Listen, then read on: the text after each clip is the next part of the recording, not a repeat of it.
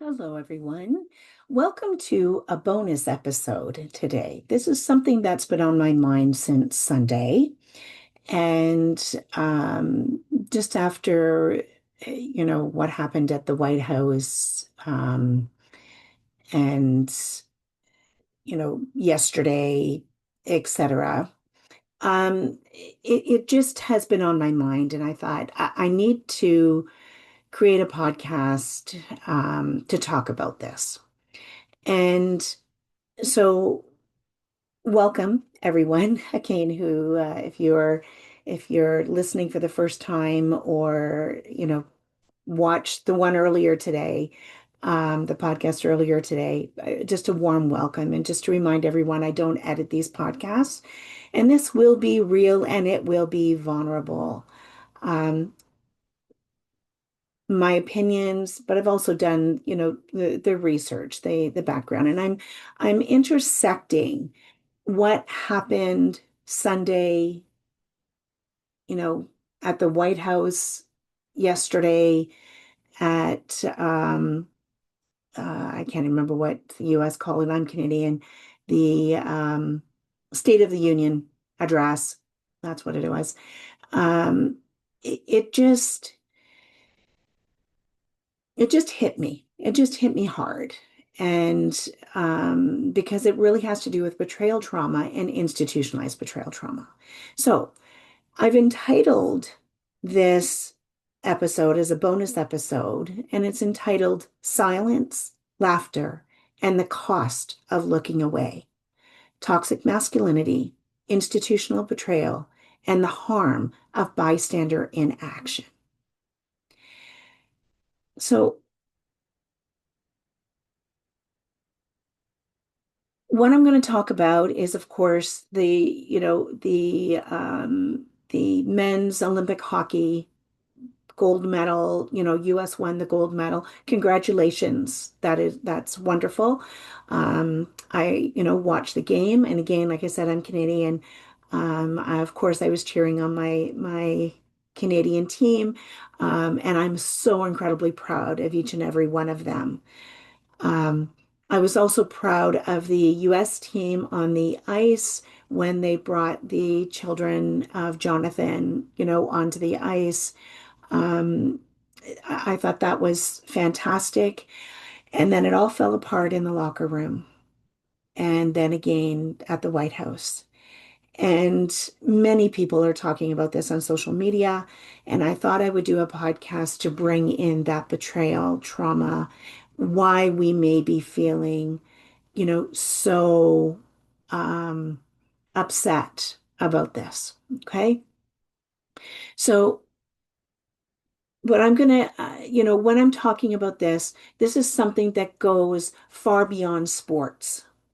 It just happened to be, in Olympic sport, that happened. Um, but it goes far beyond sports.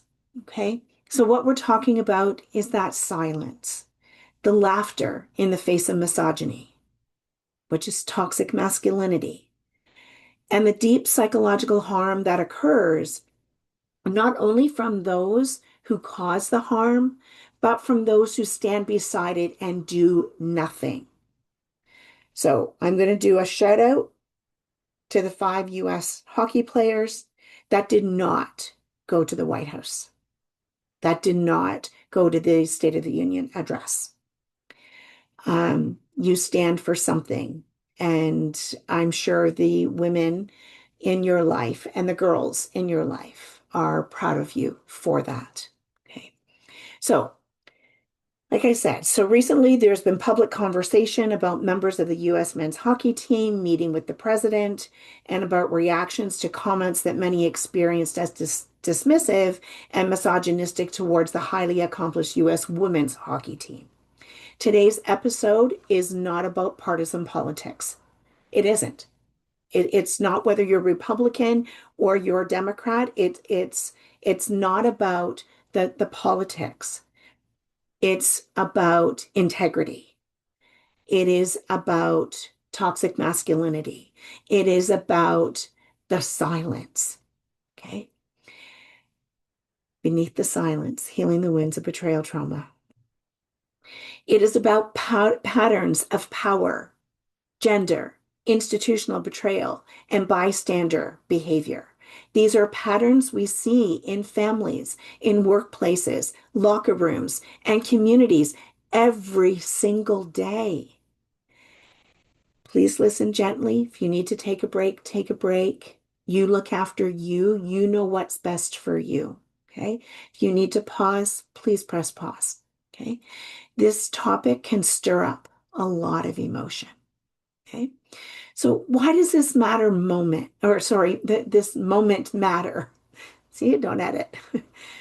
When public figures make comments that appear to minimize or mock women's achievements, especially high accomplished women, something important happens psychologically and culturally, right?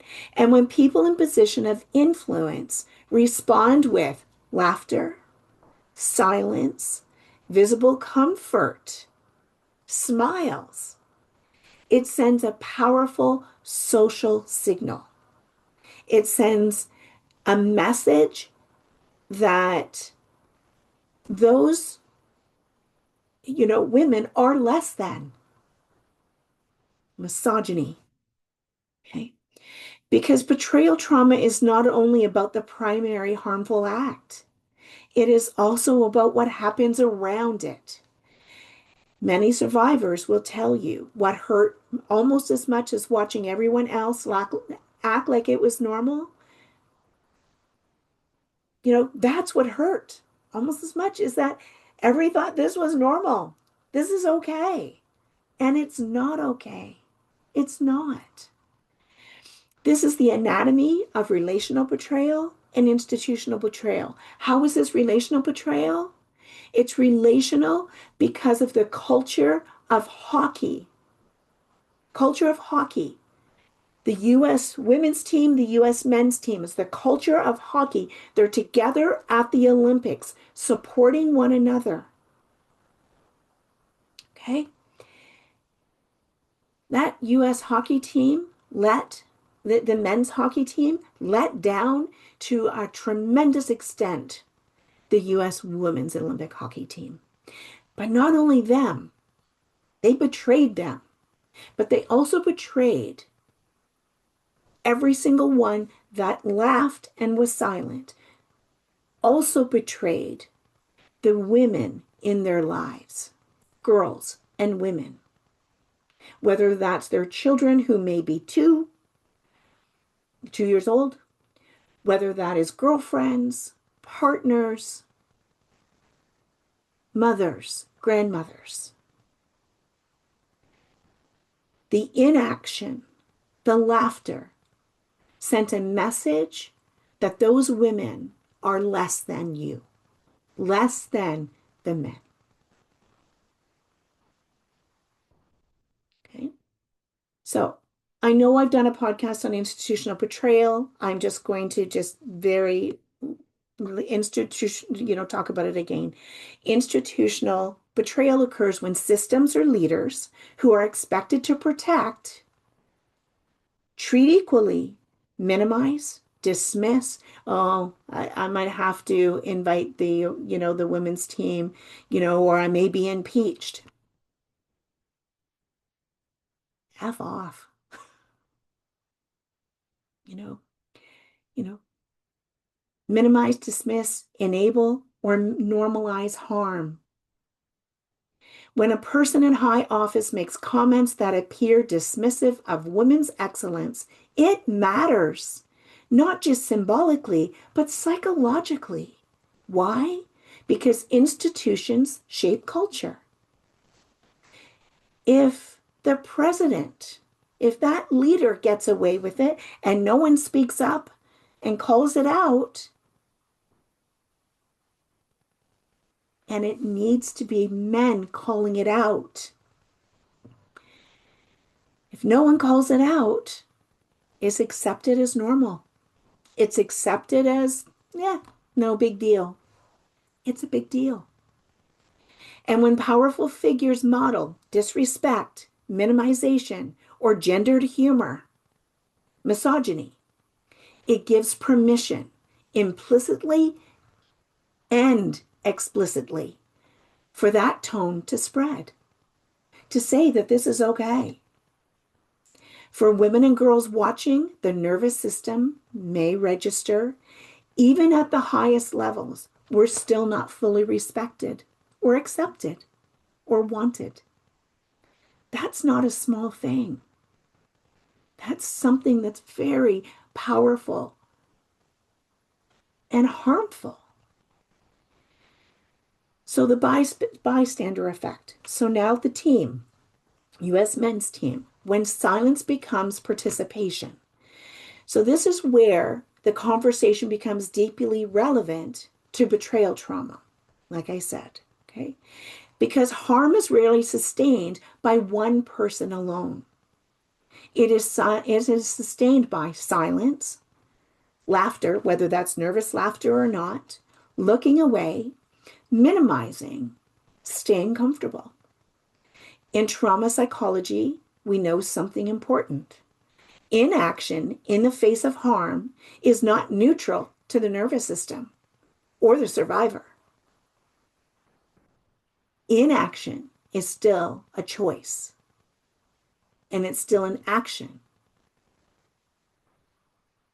for the oppressor, for the misogynistic statement, for the person who made the misogynistic statement.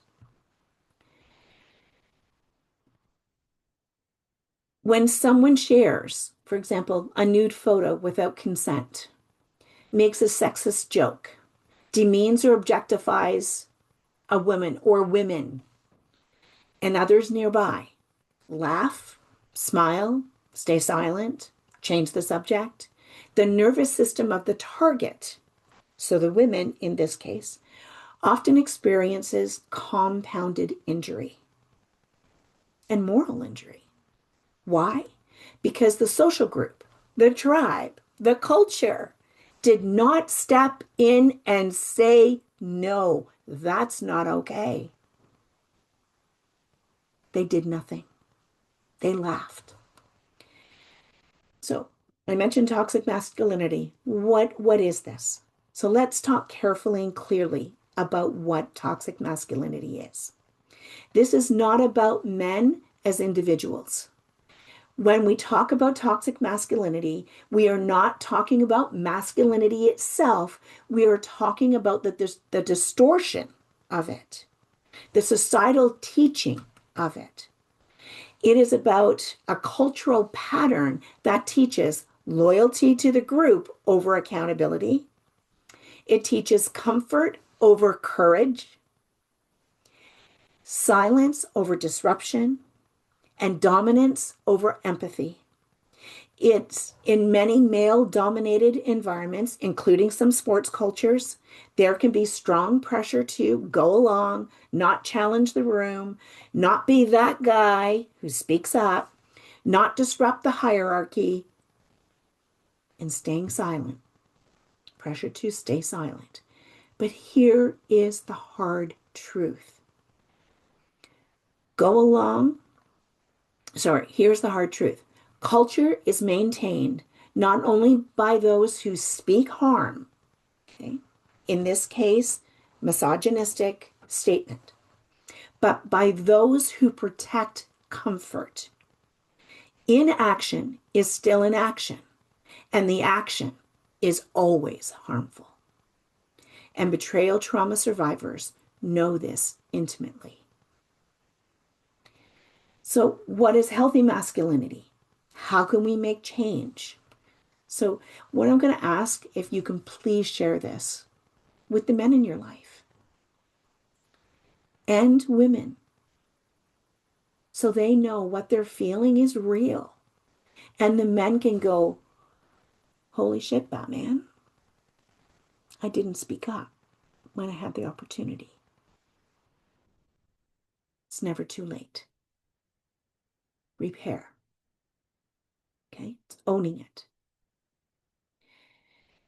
So, healthy masculinity is one of the most important things that I say here is this conversation again is not about men being the problem.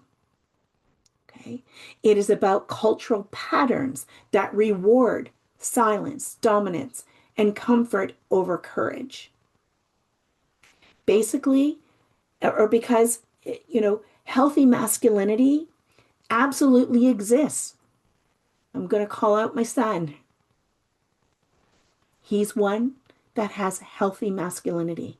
He's comfortable in his skin to be able to advocate for the women in his life and women in general.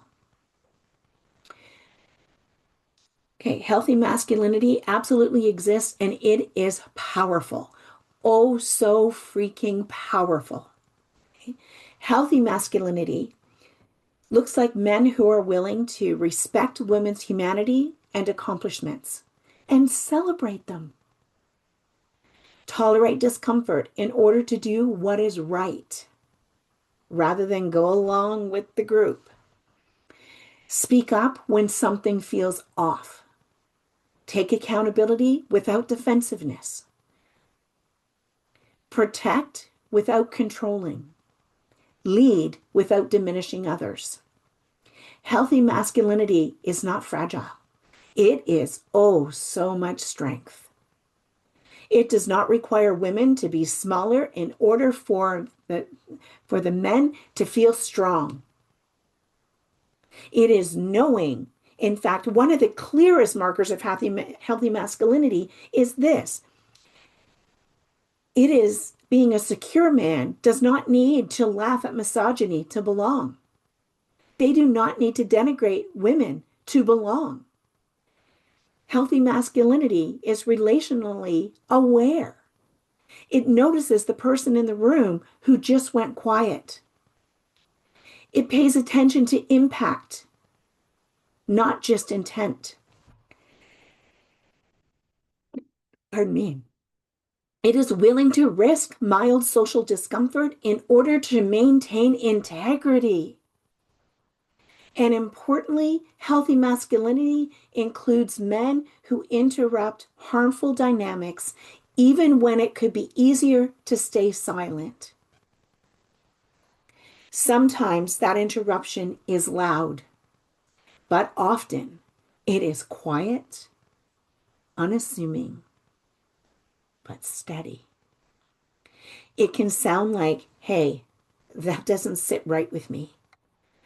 Let's not go there. Or simply, that's not okay. It is not okay. Because refusing to participate in harm is participation in change. So, why does this hit so deeply for survivors? For many women and girls, and the majority of survivors of betrayal trauma are those who identify as women and girls, doesn't mean that men or boys cannot experience betrayal trauma. Just the majority happen to be, statistically, research-wise, women and girls.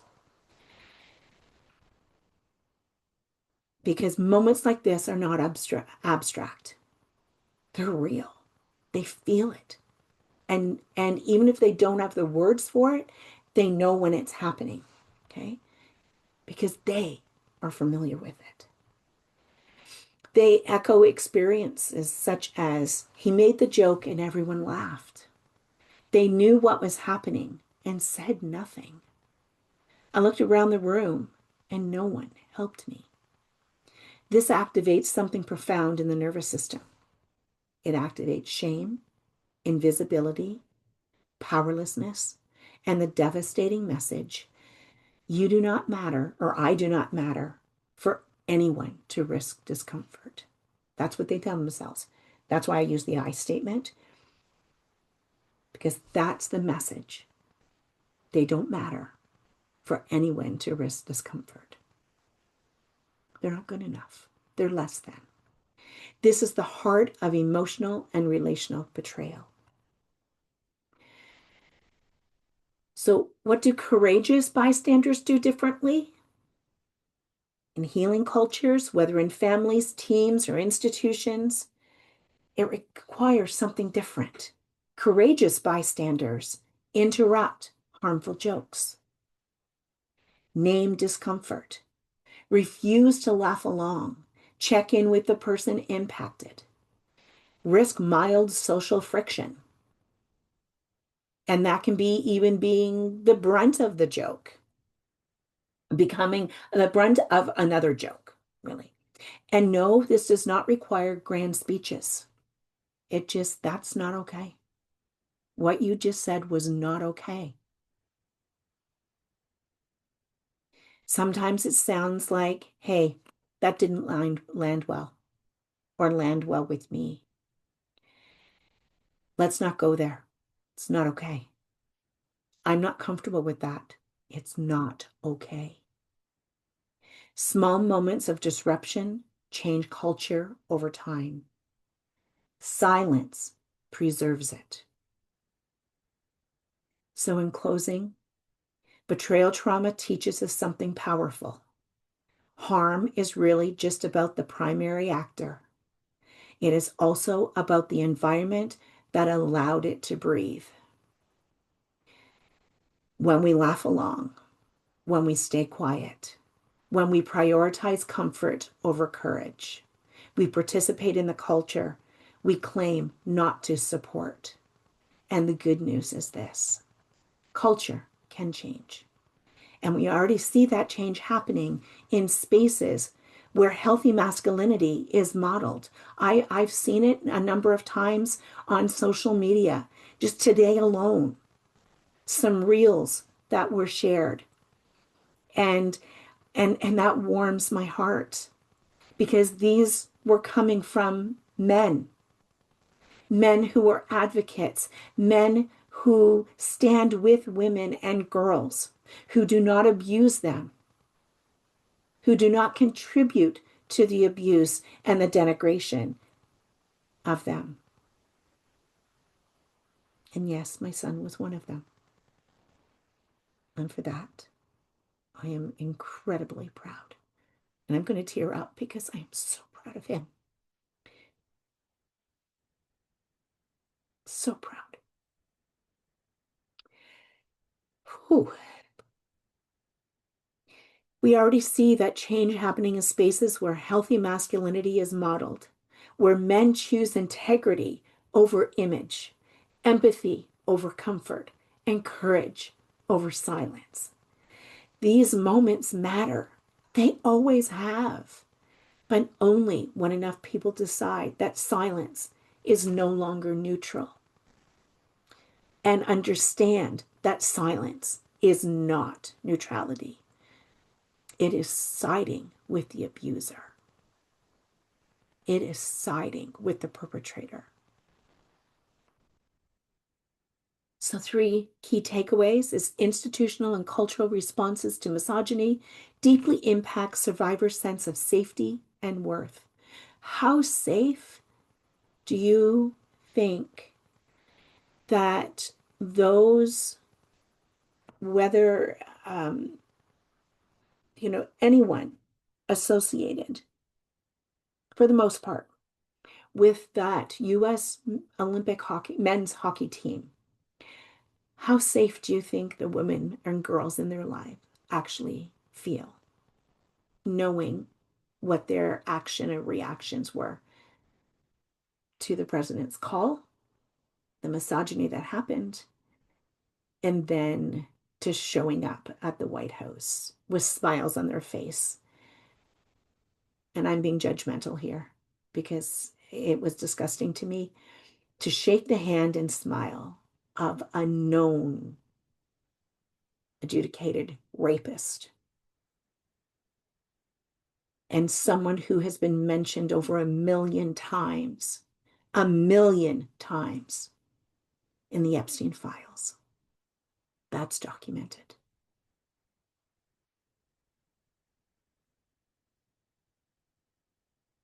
I just don't understand. And it's part of the go along to get along instead of speaking out. So the second takeaway is bystander silence and laughter can compound trauma. Inaction is not neutral to the nervous system, and inaction is actually still inaction. There is no neutrality. Neutrality. You're on one side or the other. Full stop. And cultural change happens when individuals, especially those with social power, choose courageous, healthy responses over silence and group comfort. I want to thank you for joining me for this bonus episode today, and joining me on Beneath the Silence, Healing the Wounds of Betrayal Trauma. And remember that healing is possible even from this deepest, darkest, cavernous wounds. If this episode resonated with you, please let me know. Send me a message, leave a comment, send me an email at sandy@sandrajoy.ca. And again, as always, if you'd like more resources, you can go to my website at sandrajoy.ca. If you're able to subscribe to my YouTube channel, again, no pressure. Um, please do. It ups the algorithm so other people can find betrayal trauma a little bit easier and find community and validation and not feel so alone. And again, just like I said in my podcast earlier today, the next podcast for next week scheduled is what if betrayal trauma was perpetrated by a professional in your life, whether that be a therapist, a counselor, a coach, a lawyer, a medical doctor. Okay. And this conversation matters, and it is very important. You matter, and you are very important. Until next time, take gentle care of yourself. And as always, I see you, I hear you, and I believe you. Until we meet again. Thank you.